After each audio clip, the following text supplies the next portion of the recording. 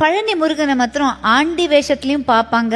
ஆனா அது முடிச்சுட்டு ஃபுல்லா சக்கரவர்த்தியா அந்த வேஷத்துலயும் பாக்குறது ரொம்ப அதுதான் அம்சமானது. அது அது அதுக்கு ஒரு தனி ஒரு ஐதீகம் இருக்கு இல்லையா? அது என்னது? அது காலையில அவன் ஆண்டி குளத்துல இருப்பான், சாயந்தரம் ராஜ அலங்காரத்துல இருப்பான். காலையில நீங்க வாழ்க்கையில எதுவுமே இல்லாம அவன் முன்னாடி போய் நின்னாலும் அன்றைக்கு மாலைக்குள்ளேயே உங்கள் வாழ்க்கையில் அவன் ஒரு மிகப்பெரிய மாற்றத்தை நிகழ்த்தி காட்டுவான் அப்படின்றத ராஜ அலங்காரம். நான் பழனிய பத்தி சொல்லணும்.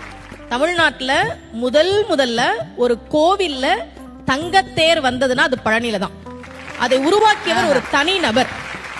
VVCR முருகேசர் அவர் பேரு. 1947 அவர் மட்டும் ஒரு தங்கத்தேர் பழனிக்கு உருவாக்கி கொடுத்தார். இன்னைக்கும் அந்த தங்கத்தேர் தான் பழனியில இருக்கு. அதன் பிறகுதான் மற்ற கோவிலுக்கு வந்தது. விடுதலை கிடைச்ச கையோட ஒரு தங்கத்தேரையும் வாங்கிட்டாரு போல இருக்கு. ஏன் ஒரு தனிநபர் பழனி கோவிலுக்கு தங்கத்தேர் செஞ்சு கொடுக்கணும்? அவருக்கு ரொம்ப வருஷமா குழந்தை இல்ல.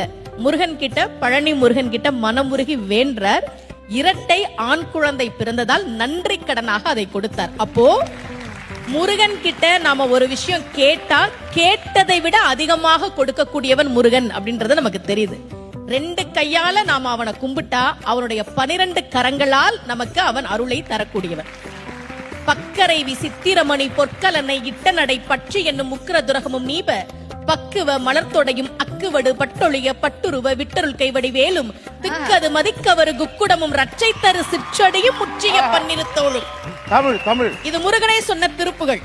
முருகன் ஏன் காலை சின்னதா வச்சிருக்கான் தெரியுமா? நாமெல்லாம் புடிச்சுக்கிறதுக்கு வசதியா சின்னதா வச்சுக்கிறான். அந்த சின்ன காலை நம்ம புடிச்சுக்கிட்டா பெரிய கையால இந்தா வச்சுக்கோ என்று கொடுக்கக்கூடியவன் தான் முருக பெருமான்.